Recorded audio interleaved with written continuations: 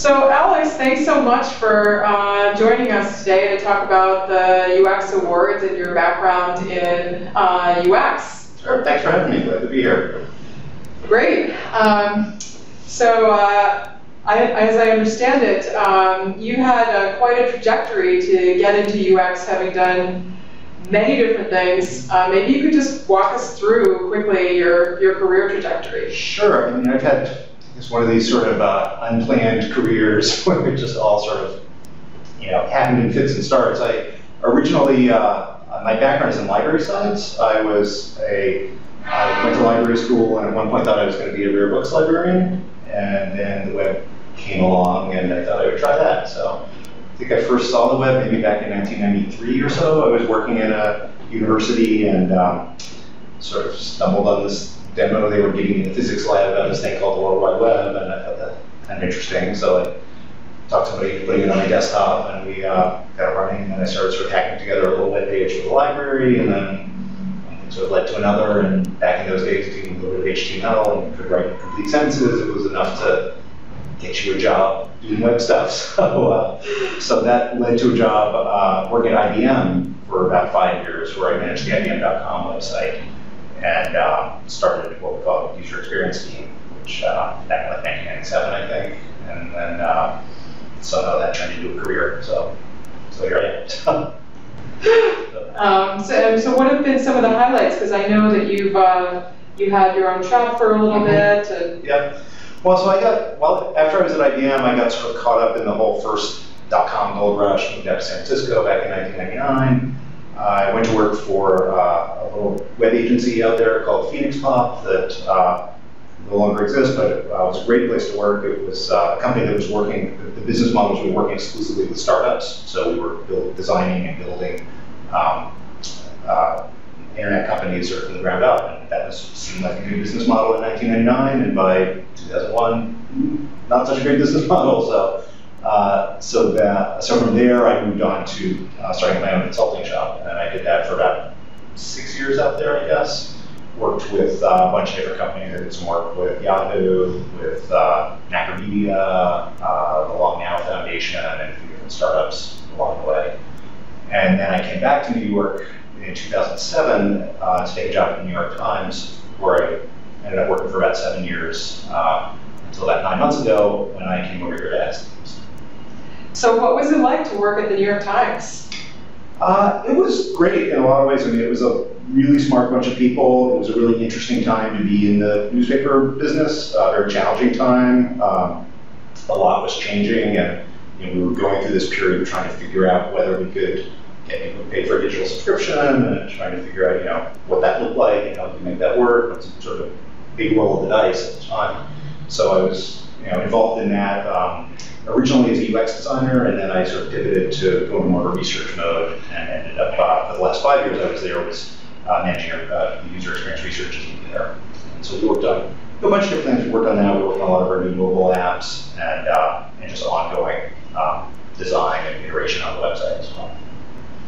So it's quite rare for someone to really specialize in both UX design and research.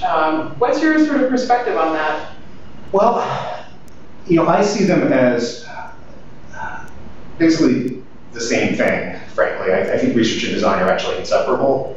And even though currently I sort of wear a research hat, I'm pretty actively engaged in design discussions. And I see the kind of research we do is very much formative and iterative. And I think I think that to do it well, you really need to be able to cross back and forth between those modes. I know there are some people that have a little more of a church and state mindset, that you have sort of researchers here who are kind of like, the neutral, party that sort of, providing insights and judgment, and designers over here. I see it a little bit differently. I see research as part of the design process, and it should really be pretty well integrated, and that's what we're trying to work towards. So here at Etsy, research is actually part of the design team, and we try to work as fluidly as possible.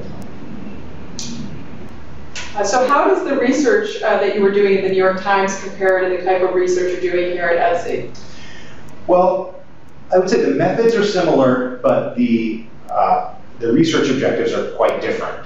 At Etsy, one of the things I like about the work we do here is because we're a marketplace, the outcomes are fairly easy to measure. You know, we have an environment where people buy and sell things, and we can pretty clearly assess the impact that we have in terms of looking at how conversion rates work and engagement within a session. There's a lot of like very clear metrics that we can work with and see the results of our work. At the times, it was interesting and a little more challenging because the kinds of issues we were looking at were more to do with engagement over long periods of time. For instance, how do people sort of form trusted relationships with news sources? How does that influence their behavior over an extended period that can get them to be more or less likely to subscribe or to to view more content. So there were a little more kind of tricky things to assess, and this huge variable of the news cycle, which is completely out of our control, but has an overwhelming impact on how people actually, how and when people come to read news stories. So it was a much more nuanced and subtle kinds of research. It was interesting, but there's something nice about working in an environment where it's much more cut and dry and you sort of measure things more easily.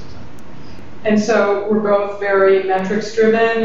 Were you doing multivariate testing, and what kinds of testing were you doing? Sure. So at the times, it was interesting because there was a part of the company that was very metrics driven and a part of the company that was very resistant to metrics, and with good reason.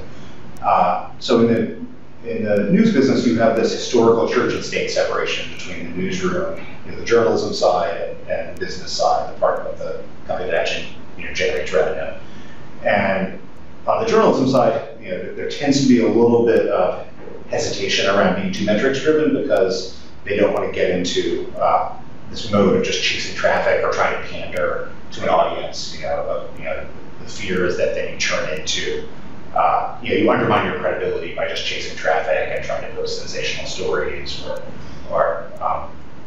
what have you. So that said, I think there's understanding that it's that metrics can help to sort of understand how people engage with content, but they wanted to be they were a little careful about trying to let that drive editorial decisions.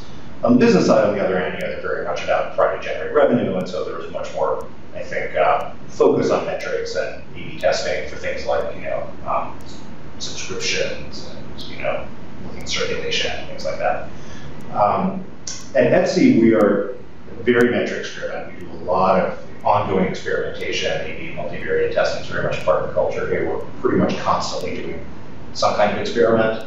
And I think one of the interesting challenges here is trying to figure out how can more qualitative methods help inform that process, where we're not just trying to optimize everything, but trying to open up avenues of exploration that may not be immediately lead to conversion outcomes. Or we might be looking at certain product opportunities, or trying to identify new feature sets where we're not just optimizing something existing, but trying to find the space to do something new. So that's sort of an ongoing question that we're working with. So. And so what prompted your move to Etsy from the Times? Well, it's funny, I wasn't really looking for a job at the time. I kind of, somebody who I'd worked with in the past was here and approached me, and I didn't really, frankly, know that much about Etsy. Not surprisingly, 90% of Etsy's audience is women. So although that's starting to change a little bit, but I kind of had this idea of Etsy as just a place that sold crafts and kind of kooky things, And once I got here and started talking to people, I realized what the company is really about, which is a little bit more than that.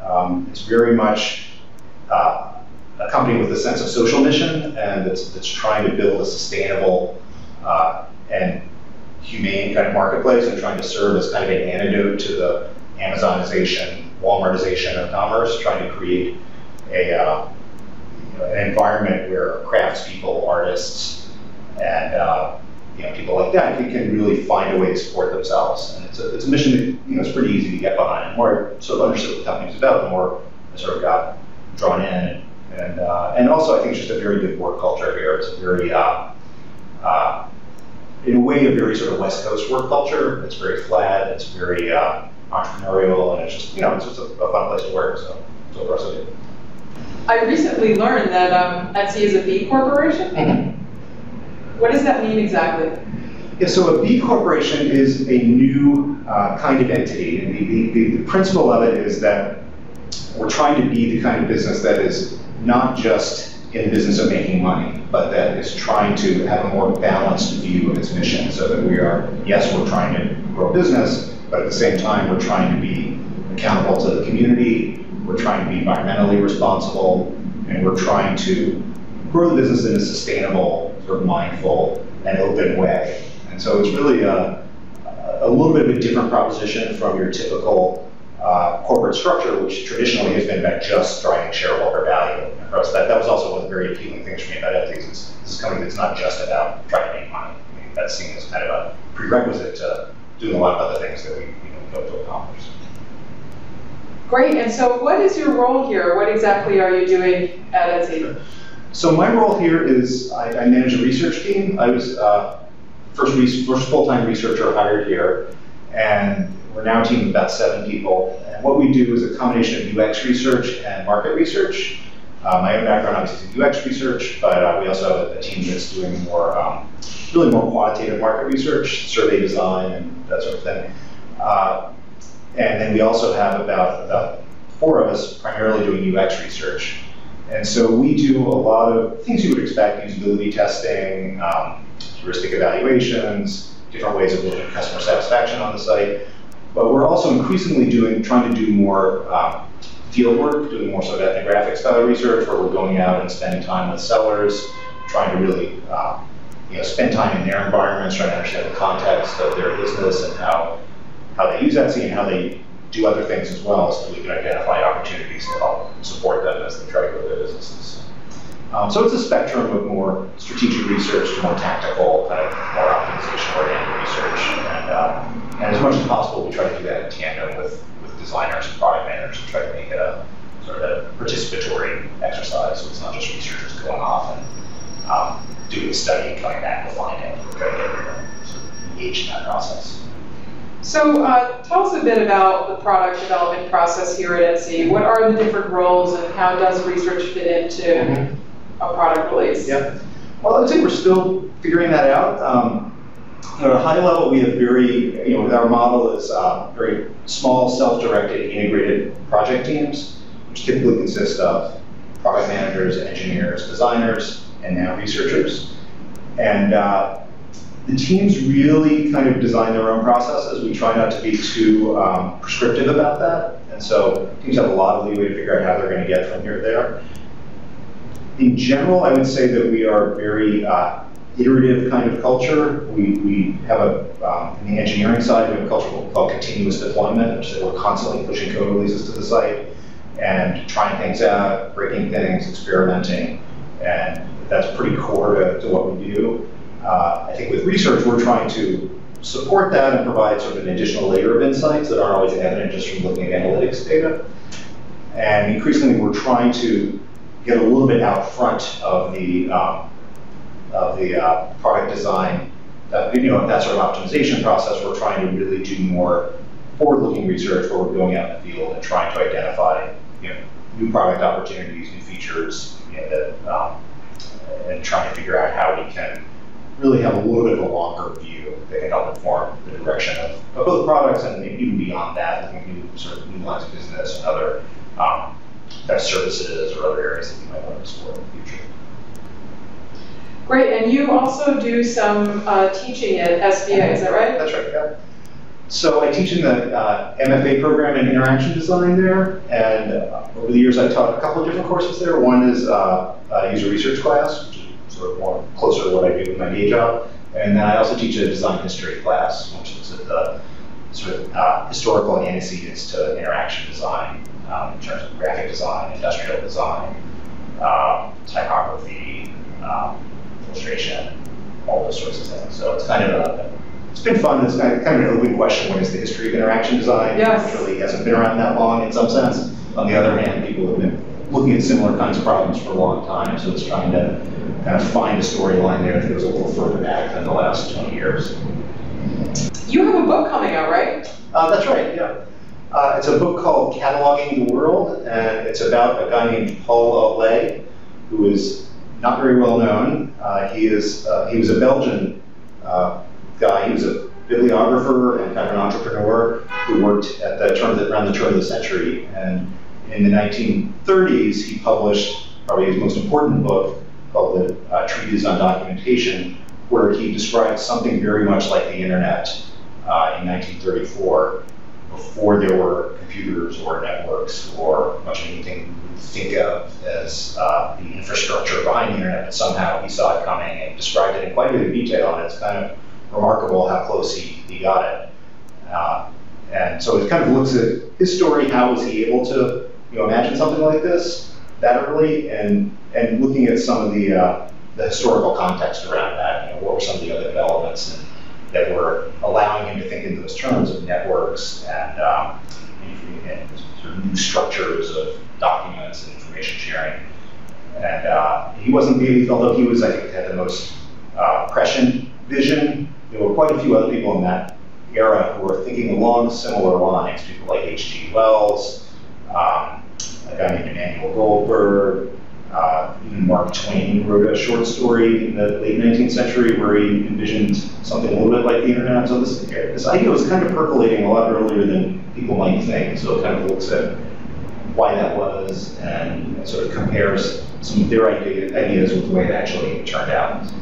And when and where and how can we get this book? Well, it's coming out in June 2014 from Oxford University Press, and it's you can go to there's a website for the book called catalogingtheworld.com, and you can go check it out. Great. And this is not your first book, though, right? No, I wrote a book a few years ago, also a historical book. It's called Glut: Mastering Information Through the Ages, and it was a little more of a survey of the ways that people have tried to organize information over the years, going pretty far back, sort of to prehistory, and looking at the forms and structures that people have used to make sense of large collections of information, and how that's evolved in concert with new technologies over the years, kind of leading up to just before the web. The book sort of ends at the web, because I felt like nobody really needs another book about the web at this point. There's stuff there. Just the web of the 1930s. Right. Web visions. Right. And so how does your research and your writing impact or influence your perspective on UX and what you're doing Sure. day to day? Well, I think one way that it's helped me is trying to recognize some of the constraints that we may not even be aware of just in the current state of the web. I think in some ways, the reason the web has been so successful is it's a very lowest common denominator kind of platform. It's pretty easy to publish. It's a very open platform without a lot of hierarchy or control points.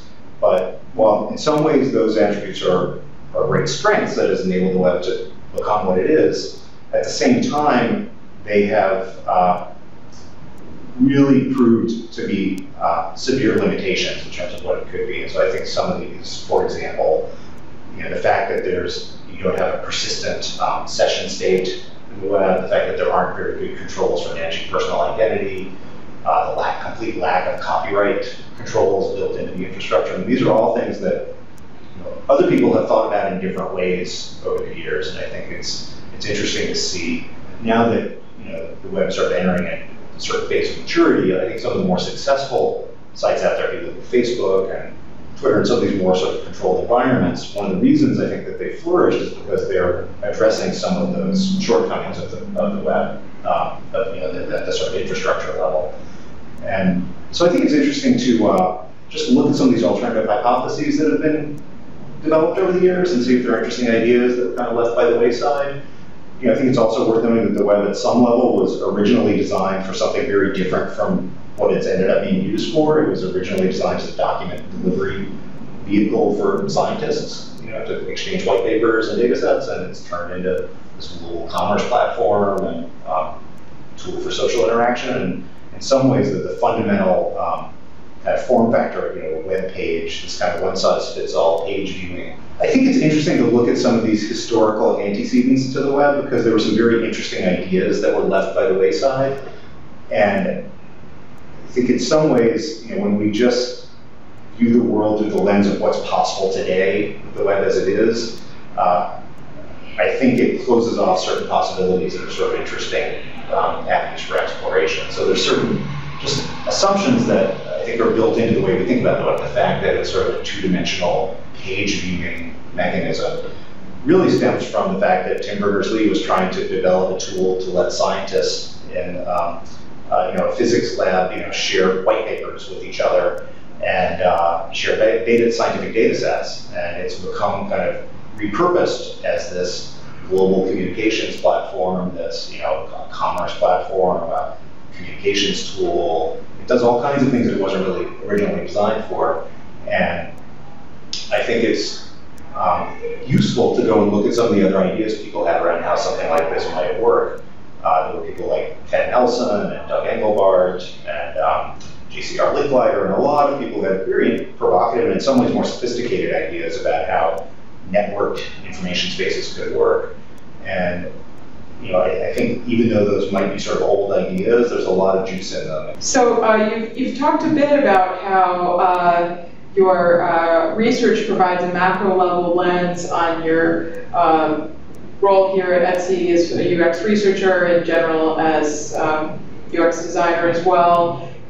Is there also an inverse impact where your experiences in the field and day-to-day are impacting your research and writing? Yeah, I think so. In some ways, I think that history is always written from the present tense, and so when I look at some of these earlier experiments with hypertext and information spaces, I'm looking at that from the point of view of the way things are today, and that just influences the way that I approach them and sort of the way I would frame some of the explorations. Just when I'm looking at what Paul Lay did, or people like Tim Berners-Lee or Ted Nelson, I'm sort of comparing it to the present day at some level. So yeah, I think it's very important context to understand why some of these ideas matter and they might not have been apparent at the time, or even 20, 30 years ago, people would call it Lay. He was just seen as this obscure librarian who had this kind of crazy idea that never went anywhere, whereas now we can see that actually he was onto something. So how do you manage all of this? You're teaching, you're writing, and you have an important job. How do you do it all? Yeah, that's a fair question. Yeah, I'm not sure. Somehow it all just gets done. I guess I try to just stay open and available to whatever seems to be needed of me at a given time. I try not to have too much of a fixed sense of my own identity or what my profession is. I think there are a number of things I do at different times. Sometimes I do research, sometimes I'm a designer, sometimes I'm a writer, and I find that there's just kind of an open space in there where I just kind of try to respond to the moment, and something, if it looks like an opportunity opens up and it looks interesting, I'll try to do it, but I try not to get too attached to a particular definition of who I am or what it is. So you have some training in journalism, correct? Yeah, I did some graduate work in journalism at Harvard, but mostly what I know about journalism has just been on the job as a freelancer and then working at the Times. It's been, but I did do a little bit of coursework in my younger days. And so then you have a master's in information systems? In library science, library and information science, yeah. And that's was back in 1995, I think I finished that. Did you spend some time at Berkeley as well? I did a little bit of graduate work there with a guy named Richard Anderson, who's a great teacher. He teaches, or used to teach a seminar on usability engineering at Berkeley, which was very formative for me, really exposed me to the whole heritage of people like Jack Nielsen and Don Norman and Bruce Puckett, and that whole world of human-computer interaction and human factors that sort of predates the web, which I think is very important foundational stuff for people to understand. Yes, I'm president of NYC Chi, which Bay Chi, of course, is well known in the area. Richard was very involved in that, yeah. But I constantly have to explain what Chi stands for because most people these days don't know. So what's your view on the Bay Area versus New York, the eternal battle. Yeah, in the tech I don't know. world. I mean, I've lived in both worlds, so I go back and forth. I mean, I love living in the Bay Area. It was, a great experience for me. I love working out there, especially. I love the work culture there. One thing I like about Etsy is it's a very West Coast kind of work culture. A lot of our management team here really did, has some kind of roots in the Bay Area, so it feels about as much like a West Coast office as you're going to find out here. That said, I feel like the whole East Coast, West Coast thing, I think there's much less of a difference than maybe there used to be maybe 10 years ago. I think when UX was really first kind of taking root as a profession, there was, I felt like a lot of that really percolated in the Bay Area just because of what was going on out there at the time. I feel like now in an era where the field is more evolved and people are more, they're just professional communities have formed through social networks, and it just feels more fluid to me. I feel like it's more like there's just a certain state of mind, that some people are part of or not. And I feel like there's a lot of UX talent out here in New York, and a lot of people have gone back and forth, and I just don't see it as that much of a schism anymore. But Right. There's still a little. I mean, the industry landscape is a little different, obviously. And I think the Bay Area is a little more of a one-horse town in some ways. It's a little more, tech is just so dominant there. Yeah. Whereas I think in New York, there's just much more of a diversity of industry and businesses, and so there's much more, I think, cross-pollination between disciplines. Which is good and bad. I mean, I feel like there's, the sort of tech ecosystem is, I think, taking root here, but it's not quite as established as it is out there. But at the same time, I think there's a lot of opportunity to participate in other kind of related areas, the graphic design community, the advertising community, the publishing world out here. These are all really interesting kind of interactions that are happening between the UX field and these other industries, and it's not just UX in the context of internet software companies. So I think that's a kind of an interesting space to be in right now. So do you think that there's any kind of difference in terms of how much UX is valued on the East versus the West Coast, or the perspective on how to approach it? I mean, my sense is there's still a little bit of a process, establishing UX as a discipline out here in some quarters. I mean, I think in somewhere like Etsy, it's pretty established that it's a thing. I think the Times gets that. I think there are certainly companies like Huge and agencies out here, I think it's well understood, but I think there are a lot of other industries like, finance, the advertising world, the fashion world. I mean, I think UX is starting to get traction, but it's not as obviously necessary in some of these industries where the business models work a little bit differently, and they're being on the internet maybe started as a kind of adjunct activity to their core business, as opposed to companies that were internet businesses from the very beginning. So it's just a little bit of a different context. Interesting. And so what do you think makes great UX? I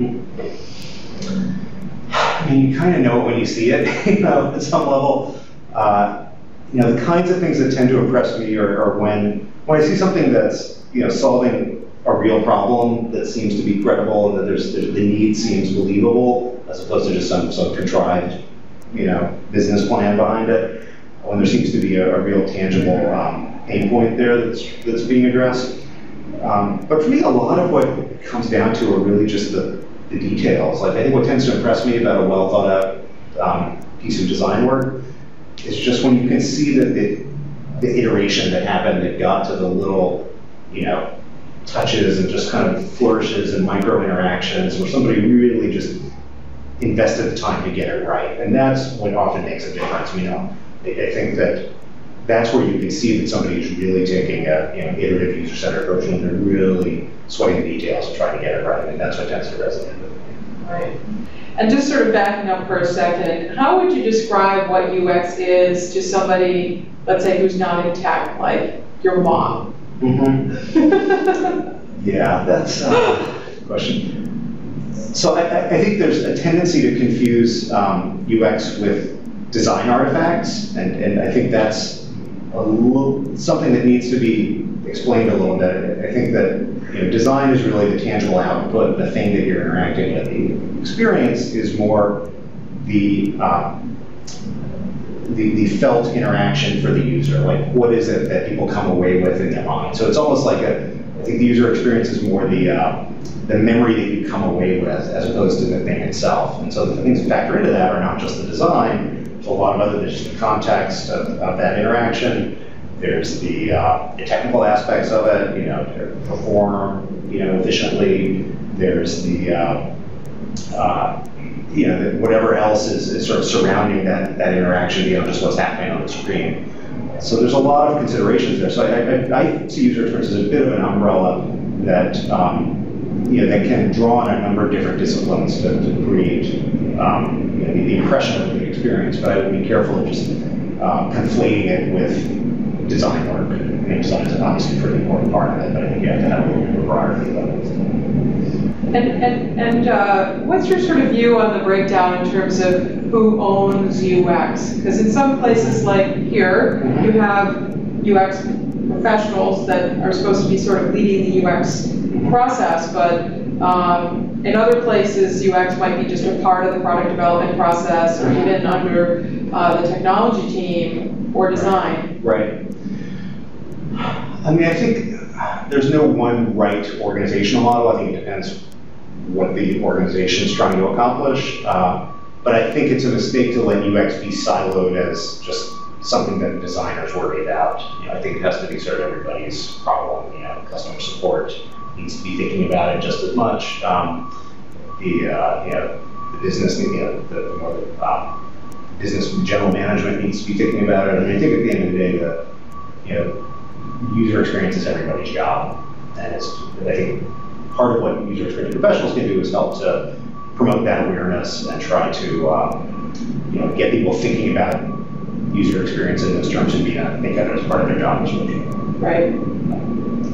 So what will you be looking for when you're judging entries to the UX Awards? So for me, I guess what would make a compelling entry is when there's a clear story being told that connects kind of a macro problem with an individual interaction. So trying to somehow find a way to frame whatever it is in terms of, here's the context around it, here's the problem space, here's the case, the business case or whatever case it is, and then here's how that flows down to the level of the individual human being trying to interact with the system. So I think that framing is important just to help me understand why this thing is, And then beyond that, again, a lot of what I tend to look for is just the details. But even before that, I'm also interested in seeing exploration, like, what are the sort of paths not taken? How did you decide not to take those paths? But more importantly, that exploration happened and that there was a sort of an openness to trying new things and that led you to a particular outcome. So are there any experiences out there that you think, man, this really needs an overhaul? Yeah, it's endless. I mean, it's an endless list of bad experiences out there. I guess the good news for UX professionals is there's plenty of work to be done for as far as the eye can see. I think there's stuff that needs to be improved. I think generally, when I tend to encounter bad experiences, I tend to, the one thing that they seem to have in common is that it seems to be a reflection of some organizational dysfunction. And I think for that reason, I tend to get most frustrated dealing with large entities, government institutions, big financial institutions, other kind of large, unwieldy organizations. University websites are notoriously horrible. There's companies, organizations that tend to trip over each other, over themselves, and trying to make sense of themselves on the web. And there's no easy answer to that, but I think it's something where I think people working in the UX field have potential to have a big impact that can really help a lot of people if they can start to sort of swim upstream and get involved in trying to bring that more integrated user experience kind of awareness to organizations that desperately need it. So. Right. Do you have any advice to anyone who would be interested in getting into UX and doesn't have any formal training or experience right now? Yeah, I think what's interesting these days is there is a lot more training available. I got into this field in an era when we were all just making it up and people just stumbled into it like me without a lot of credential or background or vetting because nobody really knew what they were doing. So in a way, I was lucky. I think now there are resources out there. I think there are great programs out there, and there's a range of things from like formal master's programs and interaction design and sort of related fields to the more kind of one-off training courses. General Assembly I think does some great stuff. There's a lot of web-based courses out there. So I think you kind of owe it to yourself to look into that and not just try to figure this all out by yourself. There are people out there to help, and that it's possible to really take advantage of the people who've been working in this space for a while who I think tried to give back and share what they know. I think that's really the best way to start is to try to just at least get grounding in some of the foundational stuff that's been written and try to develop some basic skills. I think anyone who wants to get into the design side of it, I think being able to develop some kind of portfolio I think is important. I think a good way to get started is often to look for volunteer projects. For nonprofits who are always looking for help, I think those are good sort of entry points. I think it's always good to have the experience of working with a real organization trying to actually do something as opposed to just sketching out portfolio pieces that are purely hypothetical. I mean, it's easy to make a great experience from a clean sheet of paper. It's much harder when you have to deal with real human beings in a real organization with constraints. And I think that's what I think really the core skill that user experience professionals really develop is the ability to negotiate, build consensus, and drive a design vision through an organization. And I think that's the only way you learn to do that is by getting involved and putting yourself out there. So. Right, and it's interesting that you say that because, like yourself, I also started in the 90s, and then I went to Parsons MFABT and then ITP, who also have grad training. Do you think that having the formal graduate training is necessary or a good avenue for people to be exploring UX? Or what's your perspective on getting that master's degree? I don't think it's essential at all. I mean, I think there are plenty of people out there who do well in this career without those kinds of formal credentials. But I think for some people, I think what grad school can buy you is time to really deepen those skills and to explore. And I think if you're in a situation where you can do it, financially, time-wise, whatever your personal situation is, I think it's certainly worth looking into. I think it can be a great experience.